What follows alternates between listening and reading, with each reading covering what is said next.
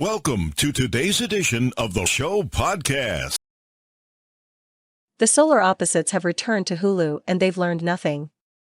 This week marks the premiere of Solar Opposites Season 2, an installment that's crazier, wilder, and even less predictable than the first season of this bonkers Hulu original. We're talking about sci-fi nonsense. We're talking a full-on standalone drama about all of the shrunken people trapped in Yumyulack's Giambrone and Jesse's Mary Mack wall. We're talking about a secret Solar Opposites holiday special that is in fact happening. And Solar creators Justin Roiland and McMahan talked to Decider about it all, while also giving us a sneak peek about what's ahead for Rick and Morty Season 5. Decider. You've seen the public reaction to Solar Opposites Season 1. How are Solar Opposites fans different than Rick and Morty fans? McMahan. They're all awful. They're monsters. No, I'm just kidding. Justin Roiland. I don't know. It's funny because I've sort of pulled back from all. I don't want to say this in a bad way because I'm obviously super appreciative of all the people who like the stuff that I make and we make. But I've sort of checked out a little bit from the socials and I've stopped reading replies. There are just too many vocal, angry, mean people that I was like, I don't need to. I found my life got a lot happier when I made that conscious choice. So as a result of that I lost my connection to a better understanding of what the fandoms are like in a deeper sense. So I can't even answer the question.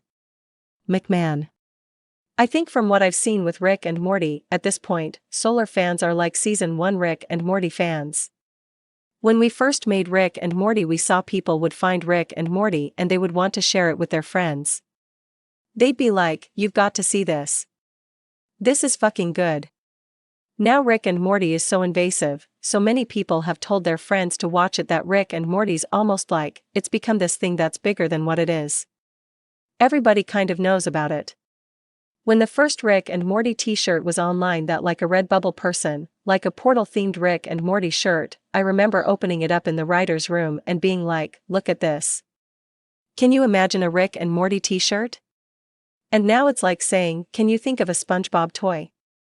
For Solar what I find is that people who find Solar, a lot of people see it and they say, all right, I think I know what this show is. But then the people who stick with it are like, wait, what is this crazy wonderful thing with these two men aliens that love each other and they have replicants?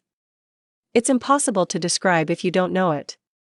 And the people who are fans of the show, I think they really love it because it doesn't feel packaged and canned, not that Rick and Morty does, but it feels a little grody and fun and surprising.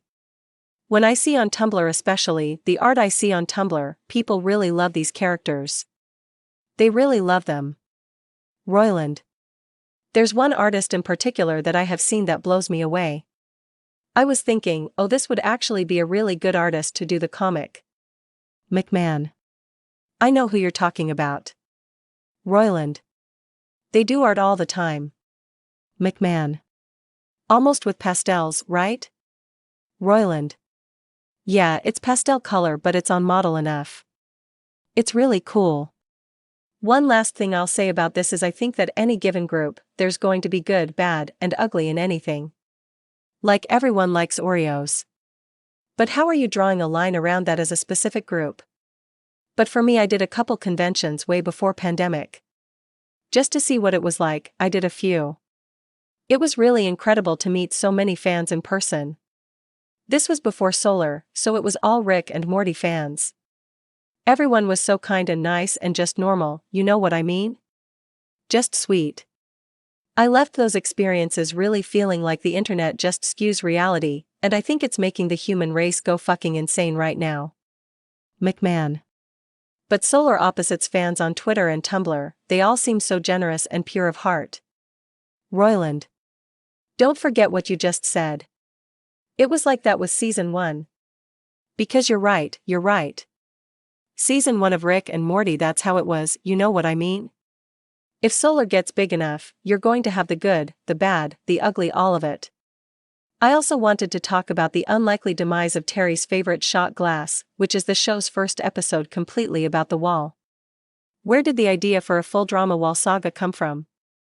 McMahan.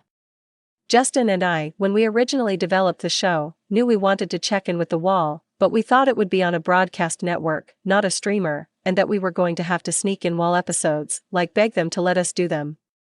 We wanted to do something like The Wire where every season it would change, but also the original concept was take a little sci-fi moment from an episode but let it keep living forever and follow that and right up to it instead of treating it as a bit. When we sold the show to Hulu, in the pitch we changed it and were ready to have to sneak it in and fight for it. When we pitched it to Hulu we were like, also like half the show is going to be this big drama about the wall. And Hulu was like, all right, great. That sounds great. It just freed us to get to do it. Have you guys ever discussed having a wall spin-off show?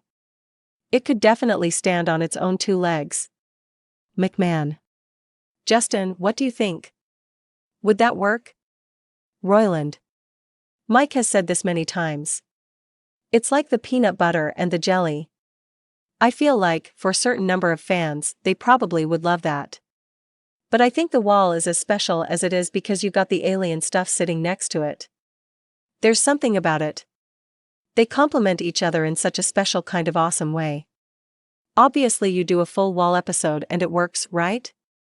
But that's kind of us sprinkling our way up to that these seasons. But we talked about it as a joke more than anything. McMahan. We like the balance of it. Too much of a good thing is going to make it get stale fast. Solar Opposites is all about playing with expectations. The second you think, like someone was just saying, oh so every season episode 7 is going to be a big all-wall episode. And Justin and I smiled because we've already wrote the animatic on season 3 and we were like, oh they like the wall, huh? Laughs, it's like when you catch a kid smoking and you're like, we're going to make you smoke the whole pack. We love the wall too. But a standalone wall removes the irony that the wall exists at all. So it's always going to be there. It's always going to be a part of Solar Opposites, and it lets us cosplay as drama writers with a bunch of other comedy writers we like.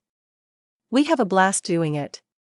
I also wanted to talk about the final episode. The Solar Opposites almost get an Xbox, which ends on a shout out for the Solar Opposites holiday special.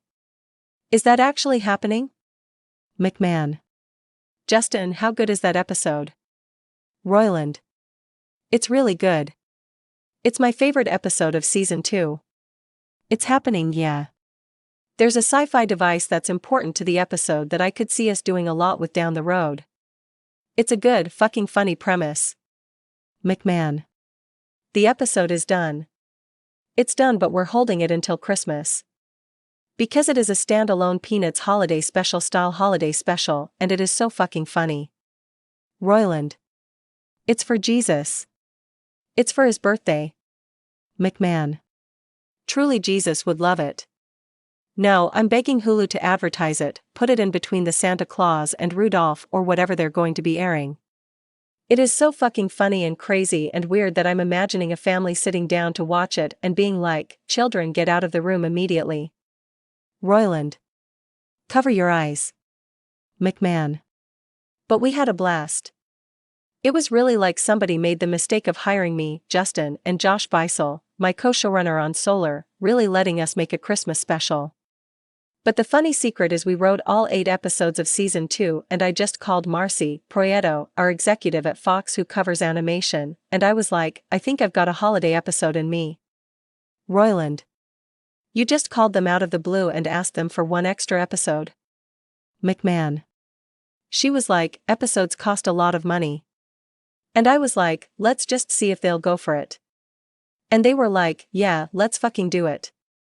So it was unplanned, really fun, and it might be our funniest episode of the season. But everyone has to wait for it. Last question, can you tell me anything about Rick and Morty season 5? McMahan. I can't. I haven't been there for years. Justin, do it. Roiland. It's really good. It's a good season. All I can say is that there's some canonical stuff that's pretty exciting that people are going to be really excited for. But that's probably the most I can say. Launch date, I don't have any real solid deets. But I know it's getting closer and closer to seeing the light of day. McMahan. Sorry Justin, you cut out for a second. Did you just say people won't understand Rick and Morty season 5 unless they've seen all of Solar Opposites? Roiland.